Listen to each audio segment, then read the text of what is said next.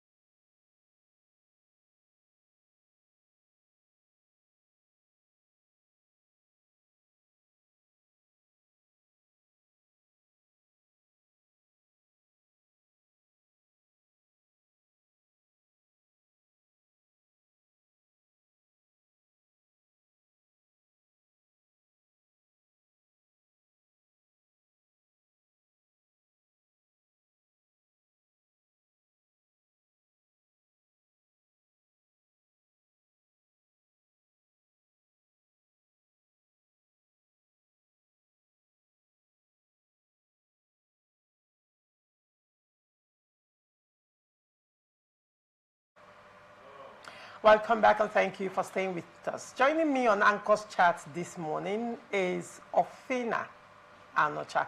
Ofina Anocha is an in-house TV host of Society Watch. Anocha, it's a pleasure having you this morning. Thank you so much, ma'am. I must say I feel so privileged to do this with you. All right, thank you very much. And then on to the story. The directive by Anambra State Governor, Professor Chukwuma Soludo, ordering markets to open for business on Mondays elicited mixed reactions across the state on Monday amid lingering security concerns linked to the sit-at-home threats. Early observations showed deserted streets in several areas, minimal vehicular movement, and low commercial activity as traders and residents remained cautious in the early hours. Findings revealed that the Onitsha main market opened as directed, though with sparse attendance in the morning. Some traders complied by signing attendance registers to confirm their presence, while others blamed the governor for heightened tension, alleging that the directive reignited threats from separatist elements that had previously waned. They argued that fear rather than defense accounted for the poor early turnout. However, business activities picked up around midday as more traders opened their shops, expressing relief over the resumption of Monday trading. Some traders praised the state government for restoring commercial activities, insisting that Anambra should not remain economically paralyzed while other southeast states operate freely. Meanwhile, heavy deployment of police and military personnel was observed in and around major markets to maintain order and reassure traders and customers. Ofina, Yes. this sit at home has been it has been a conversation that has been so controversial, you know, and quite emotional in different quarters. What has been your opinion? What is your take on this so far? You know, this sit at home, I like to tailor it to the aspect of the market closures. Generally, the sit at home hasn't been a very easy one, a very smooth one. You know, when people are made to stay in their houses, when people who had jobs now have to live jobless, and then when people who have businesses have to leave their businesses and then live life like they had nothing, it's really worrisome, you know. I've really never been in support of the whole thing, notwithstanding the reason why we got to that point of the sit at home and all that.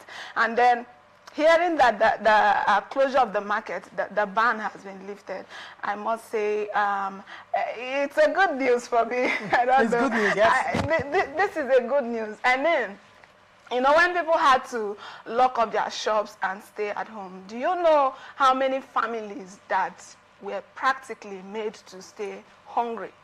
When you ask a man that has a family not to open his shop for, we all know the Igbo people, they are basically known for business, business, yes. A lot of them are into businesses and all that. And so when you now lock up the market and ask these people to stay at home, you're ordering children to go hungry. You're ordering fathers to become helpless, thinking of where the next daily bread is going to come from. But at this point where people are now asked to go to the market and all that, move on with their daily life, I think life has come back to the state and it's a good one. All right, very well. Now that's for you. Life has come back to the state. You're looking at it from the angle of family, yes, Yes. and economy to a Yes. large extent. Yes. Now, when I look at it from, while I agree with your point, I agree with your point 100%.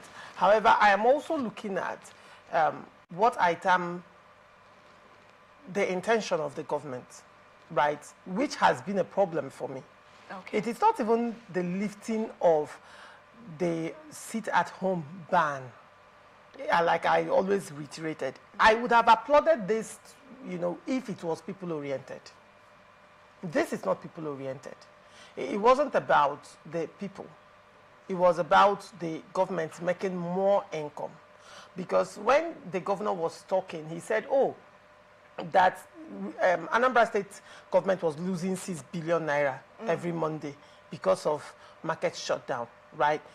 Okay. However, the government did not react with the same level of aggression when students were, you know, stopped from writing senior and junior WAEC because it fell on a Monday, which is sit at home. And as a result, these children could not write WAEC. The government did not react with this level of aggression and antagonism. There have been cases where people die during sit at home because they are unable to access medical facilities. I mean, it's a curfew. They are unable to access medical facilities. They are unable to seek for help and all of that. We don't see this level of outreach from the government. The government is reacting because this time around it is affecting their pockets. It is affecting their economy. So now I am questioning the motive. I'd love to see a government at some point that will be people-oriented for once in this country. Okay. I want to see a government that when they take decisions and at the end of the day we question the decisions they take, it is for the benefit of the people. Because when you look at it on the other hand, to a large extent, the sit-at-home was forcefully implemented. Yes. It wasn't a matter of free will. The people that wanted to do it, or there are a lot of people that want to do it as a sacrifice for Nnamdi Kanu, correct? But there are people who ordinarily wouldn't want to shut down the market, even though they may be supporting that particular fight. But they don't want it to affect their economy. So now, on that hand, one will say, okay, it is not exactly done out of free will. It is coercion. On the other hand, too, when you look at the government's approach, one will say they were coerced as well because there were threats attached to it. The government have the right to revoke shops, by the way. But I am looking at, while this will benefit Anambra people and, you know, every other, because it's an international market and people coming from different places to buy. Yes. Why didn't the government show this level of outreach and aggressive reaction when it affected the children's education, when it affected health and lives of their people?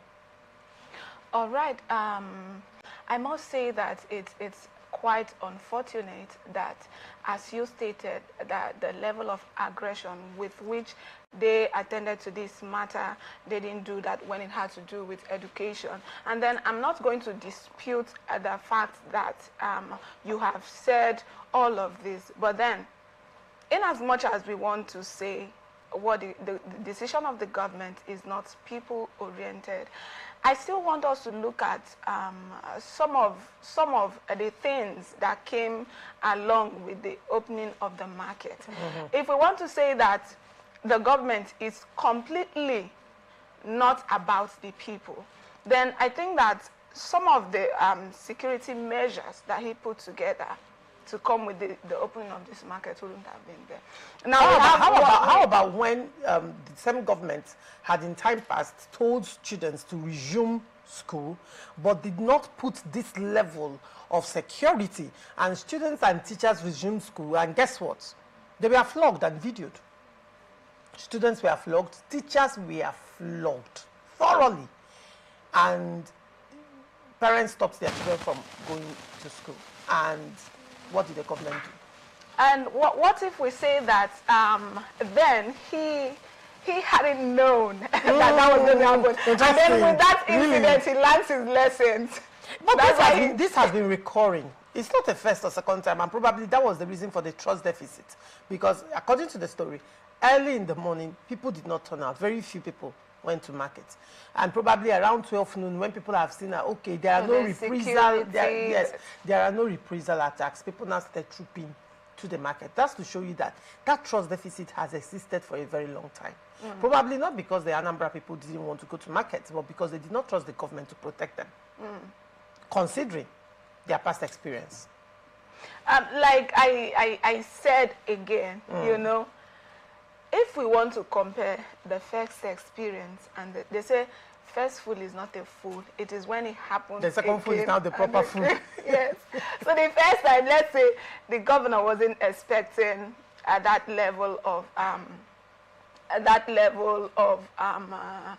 push Reprisal.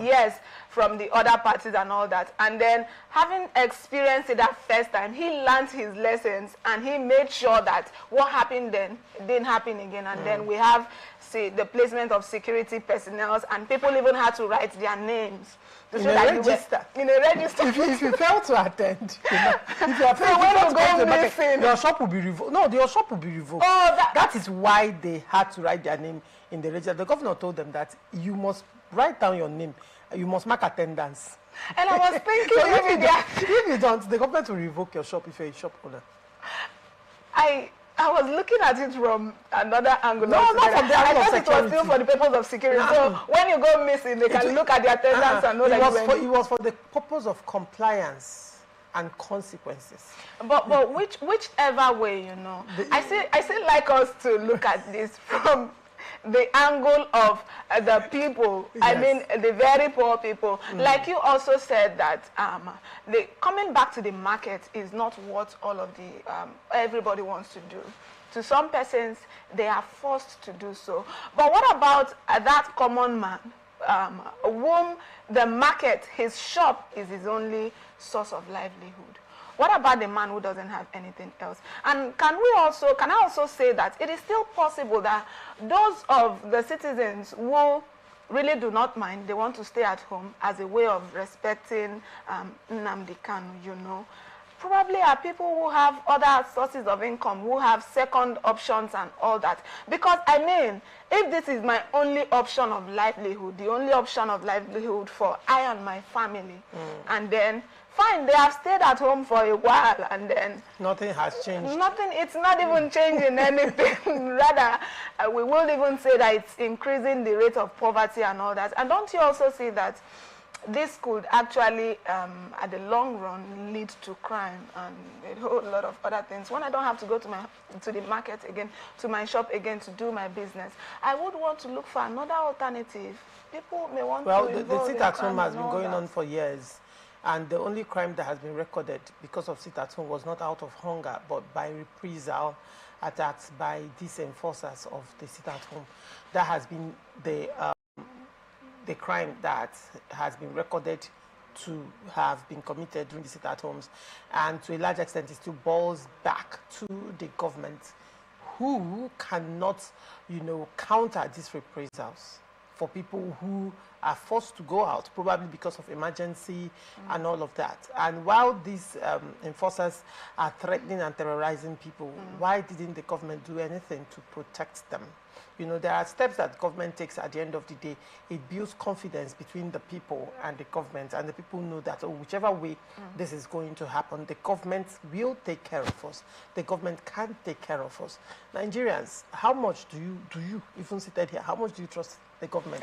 You know, at the end of the day, how much do you trust the government that if the government comes out to say, oh, do this, that you're going to do it, and if there are reprisals, the government should be able to protect you and your family. Security is a currency the government cannot buy anything with Nigerians at this point in time. So, well, to a large extent, personally, I am excited that, you know, markets have reopened. I am excited that Anambra people will have to go back to normal, everyday life, because that's the depot, if I may use that word, that's the depot of IPOB. Yes. So that's their headquarters to a large extent. So I'm happy and excited that, you know, business is going to go back to usual. Hopefully it also affects education. The governor would look at, because like I was saying, this whole fight was centered around the market. How about the health sector? How about education sector? It was centered around the market. The governor only visited the market. The governor did not visit the schools. The governor did not visit the health facilities that were also shut down because of the sit-at-home. It boils down to the government's pockets at the end of the day. So while it's positive for the people because of economy, the government is the greatest benefactor of this, because if they are not, I would have expected that the government would have also visited hospitals to ensure that, doctors did not stay back home out of fear. Nurses did not stay back home out of fear. And I was expecting that probably the same register will be in schools and will be in, different health, government and private-owned health facilities to ensure that this implementation is across board. But then, they will always say where your heart is, that's where your treasure is. So the government is interested in money. I'm saying this clearly, not just for Anambra State government, but for every other government. So they understand that at the end of the day, there are people that will question the motive behind it. And we want the government to truly, truly love the people. Even as we look at it this way, I still would say I love for us to hope that the government wants to start with the market, with intention With the one that they will get the biggest money. All right. Let's hope that they are starting from the market, and then from there, they are going to spread across the schools. The health sectors, and every other area that needs to be touched. Let's just hope so and pray for that. Fingers crossed. Yeah. Well, I still believe, just like you, that as long as that market has started operating, every other sector will finally fall into place. Thank you so much, Rafina. It's a pleasure having you this morning. I hope you enjoyed this session. Yes, I did. All right. Thank you. Thank you very much. We'll go on a short break, and when we come back, Open Conversation comes up next. Do not go away.